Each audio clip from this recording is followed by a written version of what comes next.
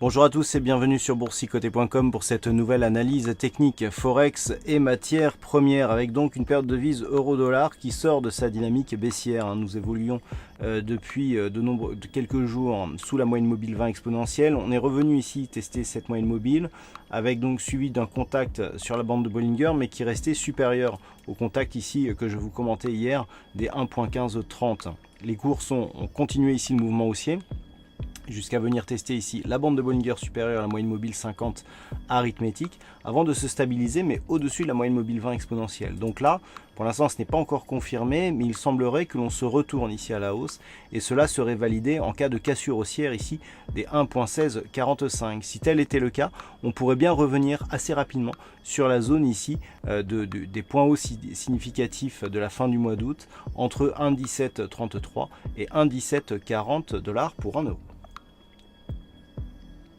Sur l'or, nous sommes toujours ici sur une trajectoire qui valide la sortie et la cassure de cette zone de support. On était en attente donc d'un retracement, d'un contact sur le retracement de Fibonacci à 38,2%. On a eu ce contact. On a bien enfoncé ici la bande de Bollinger inférieure, avant de remonter ici. Vous voyez que le rebond technique qui s'inscrit, il reste bien ici sous la moyenne mobile 20 exponentielle et il semblerait que l'on reste ici dans une dynamique plutôt baissière. Si tel était le cas et si on confirme ici la cassure de cette zone de point bas proche des 1190 $ l'once, eh bien l'objectif se situerait dans la zone 50,61,8 avec ici une zone intermédiaire que l'on peut quantifier comme objectif à 1184 $ l'once. Et puis sur le WTI, j'ai attiré votre attention hier sur le fait que l'on avait cassé ici cette zone des 70-40, mais que les cours étaient largement revenus et qu'on n'avait pas tout de suite validé ici cette ancienne zone de résistance comme zone de support. Et que même si on était ici au-dessus de la moyenne mobile 20 exponentielle, eh bien, il y avait un risque que cette cassure précoce invalide la poursuite du mouvement et se transforme en retournement.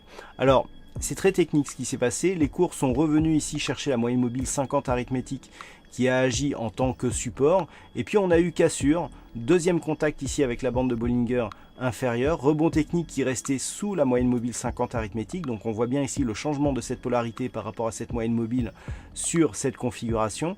Et donc un nouveau plus bas. Donc on est ici dans une fin de dynamique et on est potentiellement dans une tendance qui peut se retourner et qui peut partir en consolidation.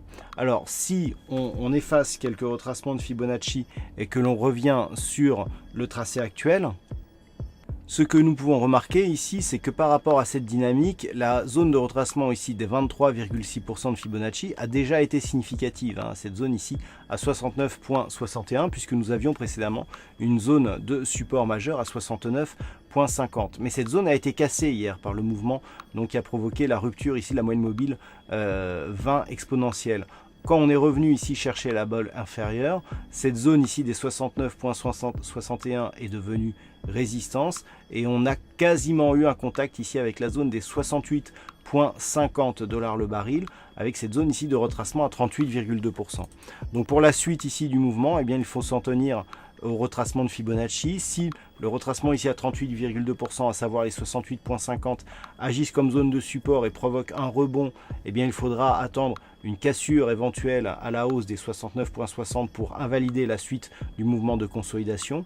Par contre, en cas de cassure ici de cette zone des 68,50, eh bien, on pourra viser un objectif donc dans la zone 50,61,8 entre 66,75 et 67,63 $ le baril, avec une petite zone intermédiaire ici qui pourrait faire figure d'objectif à 67,40 $ le baril. Voilà donc ce que l'on peut dire sur cette analyse technique Forex et matières premières.